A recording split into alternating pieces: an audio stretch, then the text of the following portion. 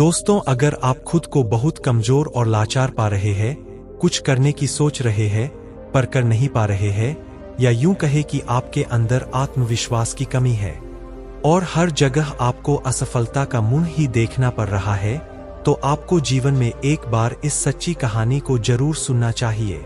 यह सिर्फ आपको सफल ही नहीं बनाएगी, बल्कि यह आपके अंदर के आत्मविश्वास को जगा देगी। और आपको भी पता है कि दुनिया में कुछ बड़ा करने के लिए, कुछ बड़ा हासिल करने के लिए, कुछ बड़ा बनने के लिए हमारे आत्मविश्वास का बड़ा होना बहुत ज्यादा जरूरी होता है। तो बिना समय गवाए एक सच्ची कहानी की तरफ चलते हैं। प्राचीन समय में निरंजना नदी के किनारे बसे एक गांव में हेमू नाम का एक नौजवान युवक रहता था।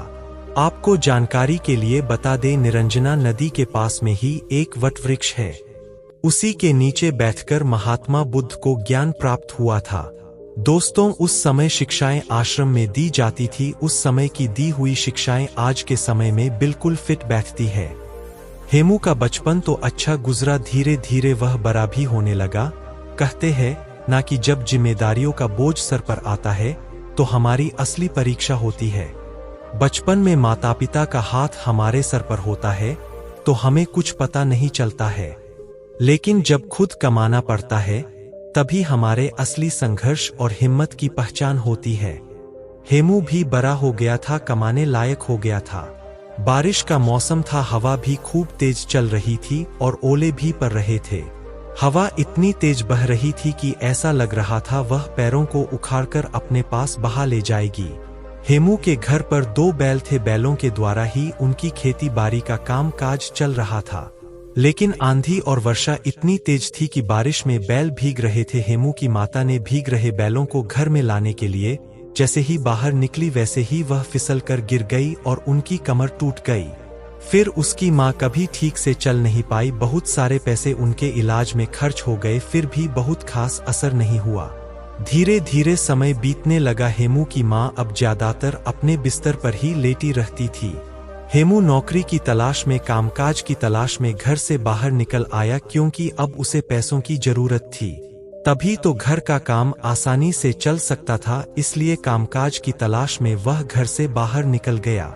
जो पैसे लेकर निकला था वह सब 1-2 दिन में ही खत्म हो गए। हेमू को कई जगह पर काम भी मिला, पर वह कुछ दिनों ही वहां टिक पाता था। उसके काम के करने के तरीकों की वजह से उसके मालिक असंतुष्ट हो जाते थे और उसे नौकरी से निकाल देते थे। ऐसा उसके साथ हर जगह हुआ। वह जहां जाता कुछ दिन नौकरी करता और फिर वहां से निकाल दिया जाता, क्योंकि वह ठीक ढंग से कोई काम नहीं सीखा था। कई कमियां थी उसमें। हेमू को यह समझ में आ गया था कि कुछ कमी है उसमें, जिसकी वजह से वह हर जगह से भगा दिया जाता है। अब उसे जरूरत थी तो एक ऐसे गुरु की जो उसे सही मार्ग दिखा सके, क्योंकि ऐसे समय में अगर कोई सही मार्ग दिखाया जाता है तो इंसान की जिंदगी संवर जाती है। क्योंकि यह मुश्किल भरे वक्त होते हैं, ऐसे में इंसान को बहुत ही संभलने की जरूरत होती है। हेमू हताश, निराश, परेशान होकर एक बगीचे में बैठा हुआ था। तभी उसे वहां से कुछ बौद्ध भिक्षुक अपने बर्तन में भिक्षा पात्र लेकर गांव से लौट रहे थे और वे लोग आश्रम की तरफ बढ़ रहे थे। जब हेमू उन सबको देखता है तो वह उनका पीछा करने लग जाता है। पीछा करते करते वह भी उनके साथ आश्रम में पहुंच जाता है। जब आश्रम के कुछ बच्चों ने हेमू को देखा तो उन्हें लगा कि यह चोर है। वे लोग चिल्लाने लगे कि आश्रम में चोर घुस गया है। तभी कुछ बच्चे उसे पकड़ लेते हैं और आश्रम में लाते हैं। वह हाथ जोड़कर उन सभी से प्रार्थना करने लग जाता है और कहता है कि हे महात्मा, मैं कोई चोर नहीं हूँ। मैं जिंदगी से हारा हुआ एक इंसान हूँ। मेरी जिंदगी में कुछ भी बचा नहीं है। मेरी एक माँ है, उसकी कमर टूट गई है और वह बिस्तर पर लेटी रहती है। उसके इलाज में बहुत सारा पैसा खर्च हो गया और कुछ ही खेती बची थी, जिसे पिताजी बेच दिए। मैं पैसा कमाने के लिए काम की तलाश में इधर उधर भटक रहा हूँ। मैं जहाँ कहीं जाता हूँ नौकरी से निकाल दिया जाता हूँ। मैं पूरी कोशिश करता हूँ कि मैं अपना 100% दे सकूँ, और पता नहीं क्या हो जाता है कि जहाँ मैं जाता हूँ वहां कुछ दिनों बाद मेरा मालिक मुझसे नाराज हो जाता है और मुझे वहां से काम से निकाल देता है। इतना कहकर हेमू रोने लगा। दोस्तों, ऐसे बुरे वक्त में कौन नहीं रोएगा। तभी उस आश्रम के प्रधान भिक्षुक वहां पहुंच जाते हैं। वह सभी को हटने का आदेश देते हैं और उस हेमू के पास पहुंच जाता है और उसकी परेशानियों को समझते हैं। प्रधान भिक्षु उस युवक की परेशानियां बड़े ही ध्यान से सुनते हैं। प्रधान भिक्षुक उस युवक से कहते हैं कि बेटे तुम रो नहीं, तुम 10 दिनों तक कहीं नहीं जाओगे। इन 10 दिनों में हम तुम्हारी पूरी जिंदगी बदल देंगे। तुम्हारा खोया हुआ आत्मविश्वास लौट आएगा, लेकिन तुमको इन 10 दिनों में जो भी काम करने को कहूंगा वह तुम्हें करना पड़ेगा। अगर तुम 10 दिनों में मेरी बात मान गए तो तुम्हें पाने के लिए लोग तरस जाएंगे और तुम जिंदगी में बहुत ही आगे चले जाओगे। बस तुम्हें 10 दिनों तक यही रुकना है और जो मैं कहूंगा, जैसा मैं कहूंगा वैसा तुम्हें करना है। अगले 2 दिनों तक प्रधान भिक्षुक उसे पौधों में पानी भरने का काम देते हैं। वह पौधों में पानी भरता है और उसके काम को प्रधान भिक्षुक देखते हैं। फिर प्रधान भिक्षुक अगले 2 दिनों तक उसे भिक्षा मांग कर लाने को कहते हैं। वह गाँव जाता है और भिक्षा मांग कर लाता है। इसी तरह 5 दिनों तक वह बौद्ध भिक्षु हेमू को देखते हैं और उसकी क्रियाविधि को देखते हैं। वह किस तरीके से काम कर रहा है, उसके काम में क्या कमी है, यह सब वह प्रधान भिक्षुक देखते रहते हैं। पर हेमू को इस बात का अंदाजा नहीं होता है कि प्रधान भिक्षुक उसकी क्रियाविधि पर नजर रख रहे हैं। 5वें दिन की शाम को वह प्रधान भिक्षुक हेमू से कहते हैं, अगले दिन तुम सुबह नदी में स्नान करने के बाद हमारे पास आ जाना। अब हम तुम्हें कहीं नहीं भेजेंगे। हेमू उस आश्रम में उस रात सो जाता है और सुबह उठते ही नदी के पास जाता है और वहां से स्नान करने के बाद वापस उस प्रधान भिक्षु के पास पहुंच जाता है।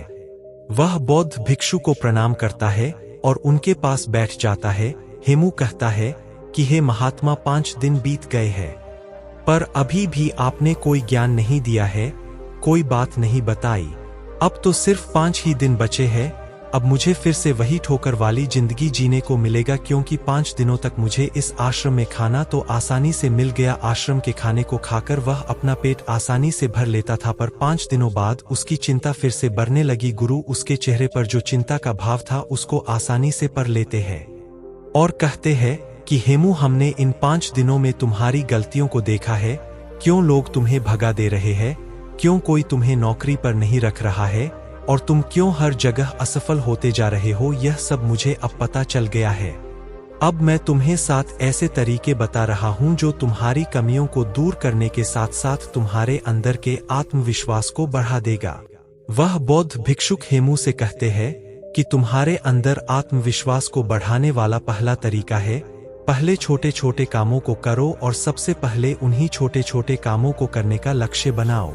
अगर तुम पहले छोटे छोटे काम को करोगे तो तुम्हें छोटे कामों को करने का अनुभव प्राप्त हो जाएगा और तुम्हारा आत्मबल भी धीरे धीरे बढ़ने लगेगा, क्योंकि तुम छोटे छोटे कामों को करना सीख लिए हो और उन कामों से तुम्हें जो सीख मिली है वह तुम्हें जिंदगी में बहुत आगे ले जाएगी। अगर तुम्हें बड़ा काम करना है तो पहले छोटे छोटे कामों को करना सीखो, या यह भी कह सकते हैं कि बड़ा लक्ष्य हासिल करने के लिए हमें छोटी छोटी चीजों पर ध्यान देना बहुत ज्यादा जरूरी होता है।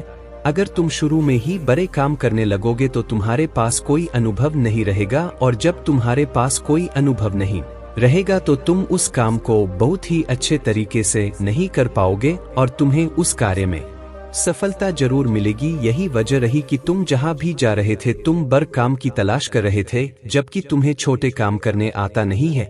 और जब तुम्हें छोटे काम करना नहीं आता तो तुम बड़ा कामों को कैसे कर पाओगे। यही वजह रही कि लोग तुम्हें अपने घर से निकाल देते, लोग तुम्हें काम से निकाल देते थे। इसीलिए जिंदगी में जब तुम हर छोटे छोटे कामों पर ध्यान दोगे, हर छोटी छोटी बातों पर ध्यान दोगे, अपनी छोटी छोटी गलतियों को पहचान लोगे तो तुम्हारे अंदर का आत्मविश्वास बढ़ने लगेगा और फिर जाकर तभी तुम अपने लक्ष्य को पूरा कर पाओगे।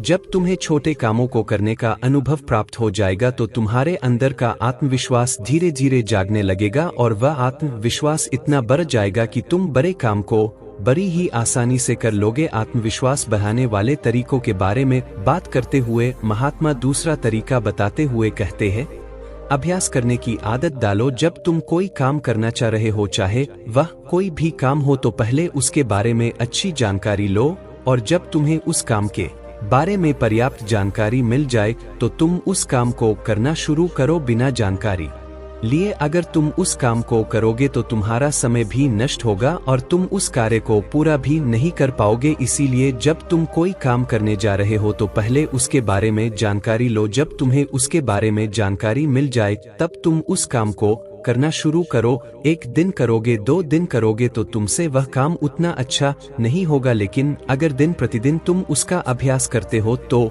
एक दिन तुम उस काम को बहुत ही अच्छी तरीके से कर पाओगे और अच्छे तरीके से सीख भी लोगे। इसीलिए जीवन में आत्मविश्वास बढ़ने के लिए अभ्यास करना बहुत ज्यादा जरूरी होता है।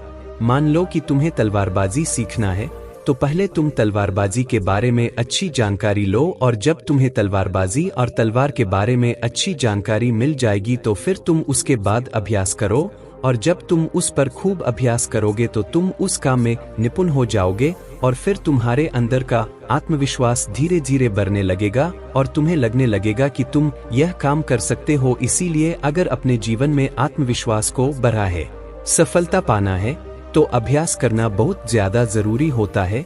तुम जितना ज्यादा अभ्यास करोगे तुम उतनी ही गलतियां कम करोगे। जो इंसान जितना कम अभ्यास करता है उससे गलतियां उतनी ही ज्यादा होती है। अभ्यास ही तुम्हारी कमजोरी को दूर करता है।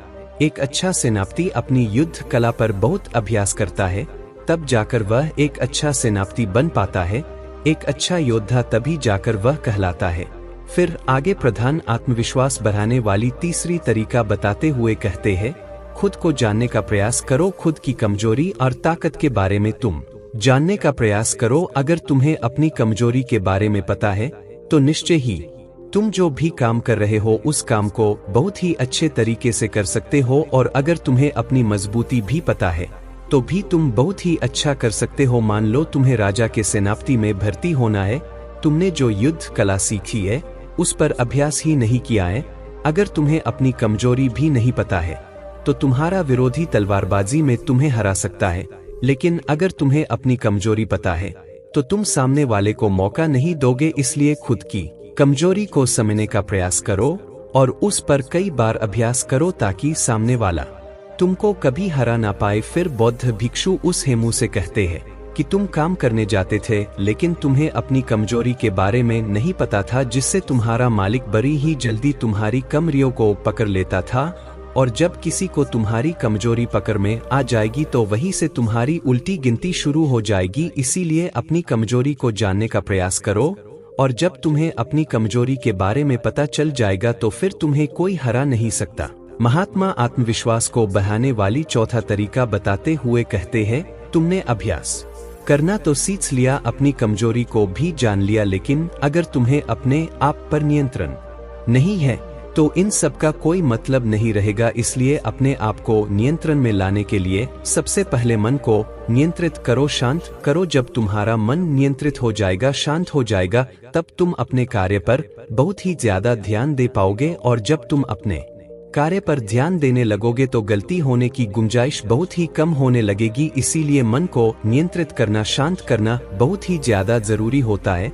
आत्मविश्वास बढ़ाने वाले 5वें तरीके के बारे में वह प्रधान भिक्षुक हेमू से कहते हैं, खुद का भी सम्मान और लोगों का भी सम्मान करना सीखो। जो भी तुम्हें उपलब्धि मिली है तुम्हें उसमें सम्मानित महसूस करना चाहिए। तुम्हें खुद पर गर्व होना चाहिए कि मैंने इस काम को कर लिया है। जब तुम्हें खुद पर गर्व होगा तो तुम्हारा आत्मबल, तुम्हारा आत्मविश्वास बढ़ने लगेगा, और जब तुम हारा खुद पर आत्मविश्वास बढ़ने लगेगा तो तुम्हारे लिए कोई भी काम करना असंभव नहीं लगेगा। इसलिए अगर तुम्हें अपने आत्मविश्वास को बढ़ाना है तो तुम अपनी छोटी छोटी उपलब्धियों से सम्मानित महसूस करो, क्योंकि जब तुम खुद को सम्मानित महसूस करते हो तो तुम्हारे अंदर का हार्मोन बढ़ जाती है, तुम्हारे विचार अच्छे होने लगेंगे, और जब विचार तुम्हारे अच्छे होंगे तो तुम्हारे कार्य अपने आप सही होने लगेंगे, तुम्हारा आत्मविश्वास भी बढ़ने लगेगा। फिर प्रधान भिक्षुक आत्मविश्वास बढ़ाने के 6ठे तरीके के बारे में बताते हुए कहते हैं, अपने लिए समय जरूर निकालो। जिंदगी में तुम कितना भी व्यस्त क्यों ना हो, लेकिन अगर तुम अपने लिए समय निकाल नहीं रहे हो तो तुम्हारा सब कुछ किया हुआ व्यर्थ है। क्योंकि जब तुम खुद के साथ अकेले में समय बिताओ तो तुम खुद को जानने का प्रयास करोगे। तुम दिन भर की गलतियों के बारे में अकेले में सोचोगे कि आज हमारे साथ क्या अच्छा हुआ है और क्या बुरा हुआ है। क्या कुछ और अच्छा कर सकता था जो मुझसे नहीं हुआ। जब तुम खुद में खुद के साथ अकेले में समय बिताओगे तो तुम्हें यह सब बातें अपने आप पता चल जाएंगे। इसलिए दिन में एक बार अपने लिए समय जरूर निकाले, अपने शरीर के बारे में सोचे, अपने बारे में अच्छे विचार लाए, और जब तुम्हारे विचार अच्छे होंगे, अपने बारे में तुम अच्छा सोचोगे तो तुम्हारा आत्मविश्वास अपने आप बढ़ने लगेगा। प्रधान भिक्षुक आगे कहते हैं कि समय को बर्बाद न होने दो, तुम्हारा समय बहुत ही कीमती है। प्रधान भिक्षुक आगे कहते हैं कि समय को कभी भी मत बर्बाद होने देना, क्योंकि तुम्हारा समय बहुत ही कीमती है। ऐसे ही तुम अपने समय को बर्बाद ना करना, फालतू लोगों के साथ अपने समय को बर्बाद मत करो, क्योंकि वह समय दोबारा लौटकर कभी नहीं आता है।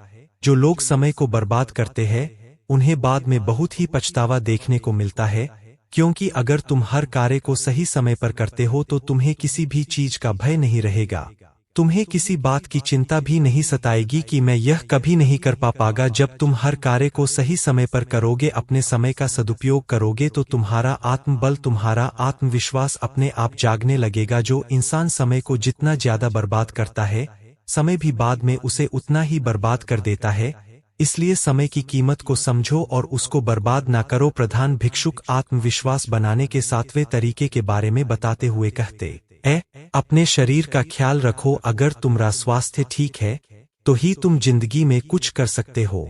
तुम लाख तैयारी किए हो, कितना भी अभ्यास किए हो, लेकिन अगर तुम्हारा स्वास्थ्य नहीं ठीक है तो तुम कुछ भी नहीं कर पाओगे। इसीलिए अपने स्वास्थ्य पर ध्यान देना बहुत ही ज्यादा जरूरी होता है। इसके लिए तुम प्रतिदिन योगासन और व्यायाम करो, ध्यान मुद्रा में प्रतिदिन बैठने का प्रयास करो। योगासन हमारे शरीर को स्वस्थ रखता है। जब हमारा शरीर स्वस्थ होता है तो ही हमारे मस्तिष्क में अच्छे विचार उत्पन्न होंगे, और जब हमारे मस्तिष्क में अच्छे विचार उत्पन्न होंगे तो हम अपने कार्य को और भी बेहतर तरीके से कर सकते हैं। हमारे सोचने समझने की क्षमता बढ़ती है, जिससे कि हम अपने कार्य को बहुत ही अच्छे तरीके से कर सकते हैं।